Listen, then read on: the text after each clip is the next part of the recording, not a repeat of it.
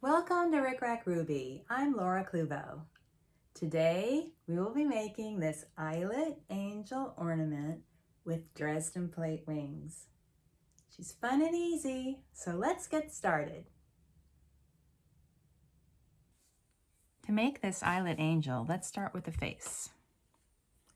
This is a 20mm head bead, and I've already made the face. You can find the instructions for the Rick Rack Ruby face in my Focus on Faces video. Then I have about 15 inches of 1/16 inch satin ribbon, and I have my 6-inch wide tulle, and this is a 12-inch length of 5-inch wide eyelet, this flat eyelet. So I'm going to cut 2 pieces of this tulle,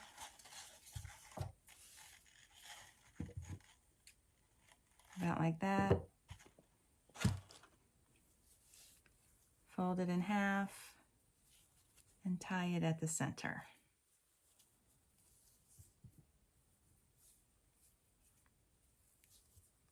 I'm just doing a square knot like that. That's good.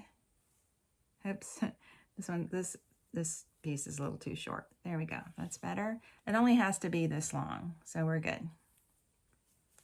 And then I'm going to take the ends and just slide them through the bead from the bottom to the top, like that. And then pull the tool through the hole. I want the tool to fill that hole in the bead. There it is, right at the very top. That's good. So then I'm going to back it up a little bit and put a smudge of glue right there. So there's my little smudge of glue. And then I'm just going to pull it so that that tool is secure inside the hole of the head bead. And I'll tie off the top of the hanging loop just with an overhand knot. And this is my basic angel right here. Now for the 12-inch length of 5-inch wide eyelet trim, I'm going to fold it right sides together. This is the right side. Right here, and I'm going to seam up this edge, which will be the back. There's my seam, and now I'll turn this to the right side, and I'm going to gather up the top edge. I've got a doubled strand of this quilting thread on my needle, and I like to use a thimble. I'm going to fold over this little seam allowance and secure my knot right there, and then I'm just going to sew a running stitch all the way around, going through one layer of fabric. So I'm going all the way around the circle.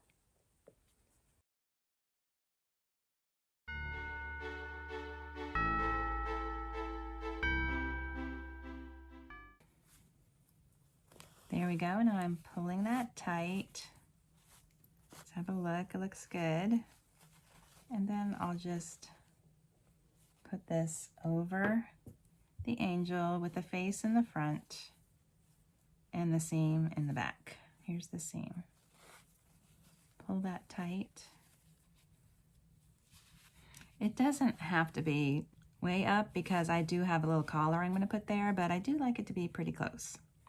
Then I'm going to wrap a couple of times and stitch from side to side just to prevent the fabric from slipping, and then I'm going to secure it in the back.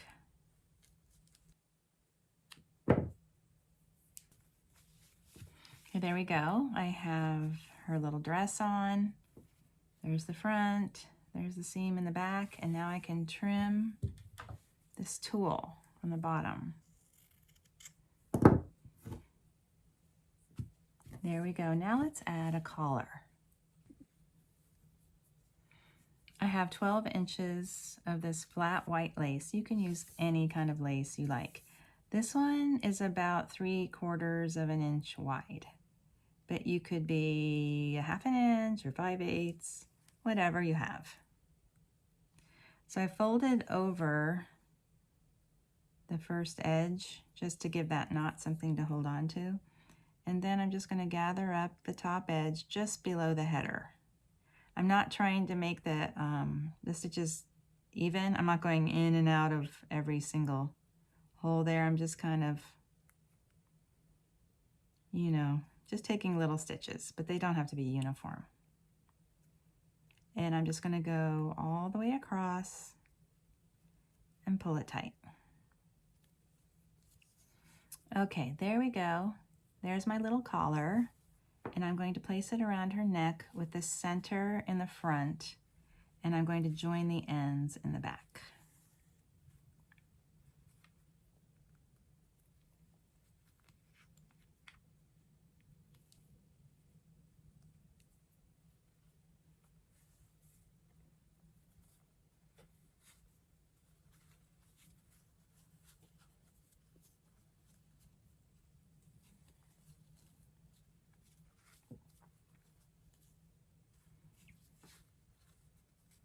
I'm distributing the fullness of the ruffles so that I don't have more on one side or the other.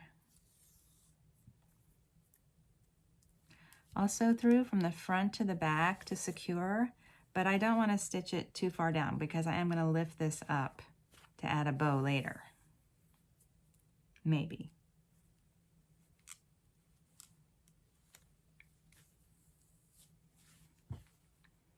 And I'm going to secure my thread in the back. That looks good. Let's do the hair. I still have these these yarns on my table from the last two projects, so I'm going to use the same ones. One is thin and fuzzy, probably like, I don't know, like an Angora or a mohair. See? And the other one is a really thin loopy mohair. So I'm going to do two bundles, one for the back, one for the front. I'm holding this here, 1 and 2 and 3 and 4 and 5 and 6. And then I'm going to cut that. I'm going to take the top end and wrap it all the way around, like that. And then take the first end and use that to tie it off. Boom, boom, boom. So it's tied off in the center. A little figure 8.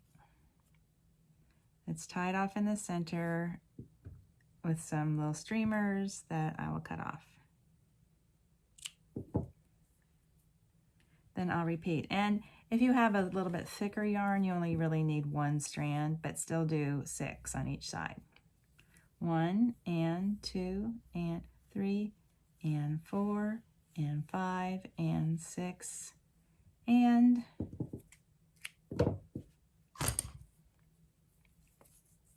all the way around.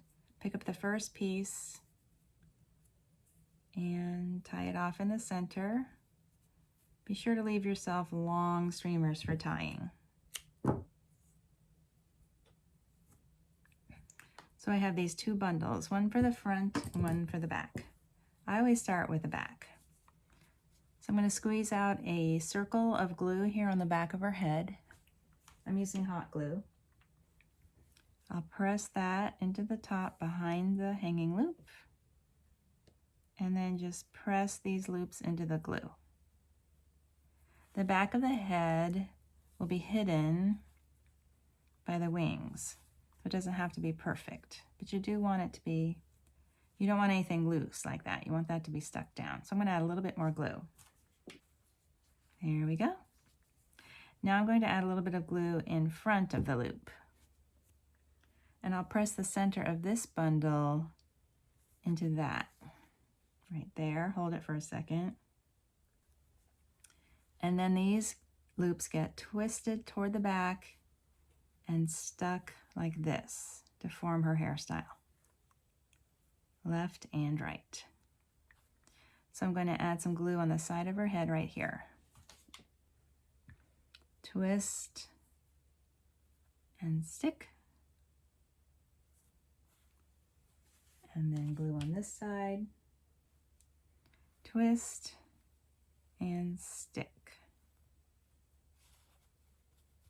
Good. Okay. Now for her halo, I have about 2 inches of 20 gauge gold wire.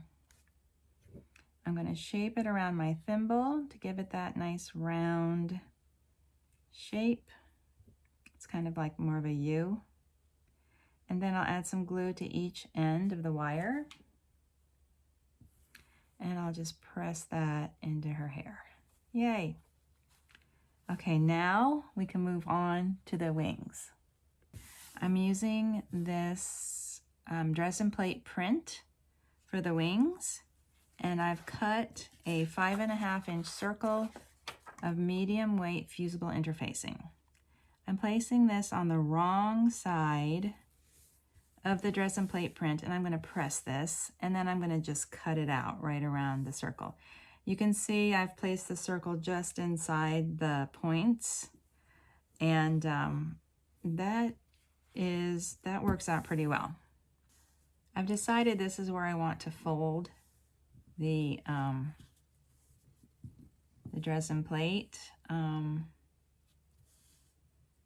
know that whatever is down here won't really show, and the pieces that are up here will show more. And so since this is red and green, it seems more Christmassy. So I'm going to fold it right there, but of course right sides together. Yeah, okay, and this is the front. This side that has the red and green is the front. So I'm going to mark that. And then right sides together. One of the hardest things about this project is getting the fold to line up right between the little wedges.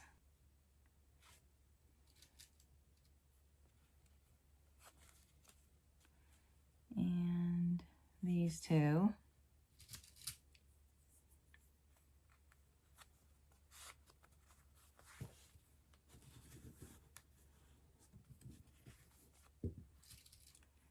And then this is actually the front where the F is. So I'm going to sew all the way around this curved edge with a scant 1/4 inch seam allowance. Now I'm going to trim the seam allowance with my pinking shears. I did sew all the way around the semicircle here. I didn't leave any openings for turning, so I'm going to create an opening right now. I'm folding it in half to determine the center, and then I'm going to make a little plus sign there. Leave enough space at the fold, and just come down about 3/8 of an inch or so below to make the little plus sign. I'm going to cut that, making sure that I don't cut through the other layer. Just like that. Boop. Boop. Boop. You want this to be big enough so that you can comfortably turn it. Okay, so I'm turning through the opening.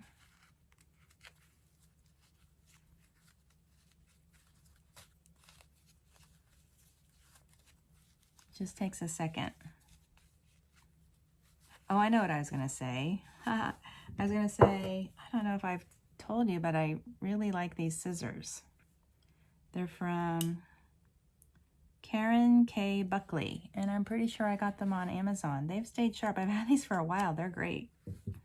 Okay, back to business. Here we go.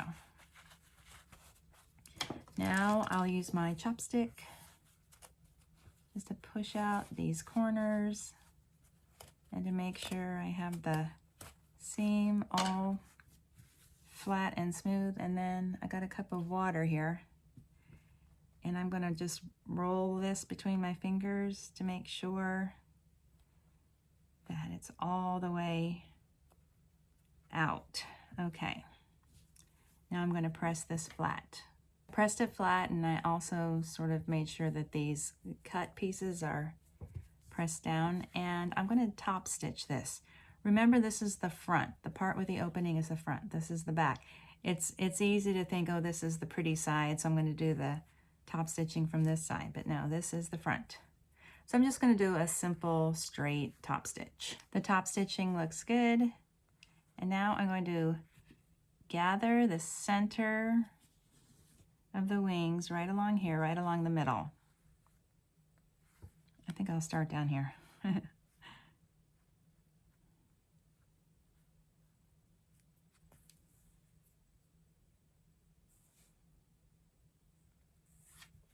Okay, so I'm just doing a running stitch right at the center through both layers, like that.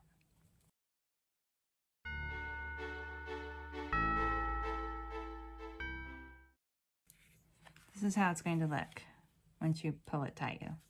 Okay, I have 2 strands of quilting thread, so I can pull that nice and tight, and then I can wrap this around to secure. And then I'm going to tie off the knot in the front, because the front is the side that's going to be glued to the back of her head.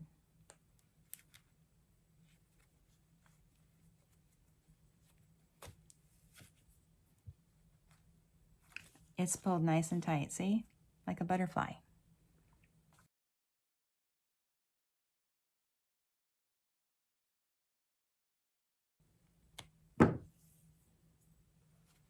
Here's my angel, and here are her wings. Cute. Okay, so now I'm going to add a generous amount of glue right here to the center and press that onto the back of her head, like this. Good. It's actually into her hair. I just think that the whole project looks better when the wings are up high. That looks good. I can see all these colors, and these are distinctly on the back and these are on the front, so that's good. Now we just have a couple more things to finish. I'm going to do a bow from this Baker's Twine. I want these Dresden Plate projects to all coordinate, so I'm using similar embellishments. All right, so here's my bow. I just like to make sure that the loops are kind of similar in length. I'm going to add some hot glue right here to the knot in the center, and then I'm going to put that underneath the bow. Underneath the collar. Good. Trim the streamers and tie each end into an overhand knot. And then I'm going to add a little floral embellishment here. I want this to be a contrast, so I chose the sort of like you can tan and ecru kind of a color for the flower, but you can use whatever you want. You could use a button or a sticker. That looks good. And then I usually add an embellishment here to the back to cover up those stitches. So I have a little bit of hot glue. And there we go. And my Eyelet angel with Dresden Plate wings is done. Let me show you a couple of other ones. This is the first one that I made, and I realized that I didn't have enough variation in the colors here. It's just like blue, purple, red, blue, purple, red. So I wasn't too happy with that. I thought the back was actually way more interesting, and I should have used that for the front. So I tried to do better on this one. And I did get a nice balance of colors, but you can see how there's a little encroachment from the fabric on the back, and that's not the end of the world, but I just really thought I could do better. So I worked on it a little bit more, and I do think this one is good. It has a nice variation in the colors, and there's no encroachment, and she just looks really cute. I hope you like this. Thank you for watching my tutorial. If you're enjoying my videos, please like, share, and subscribe.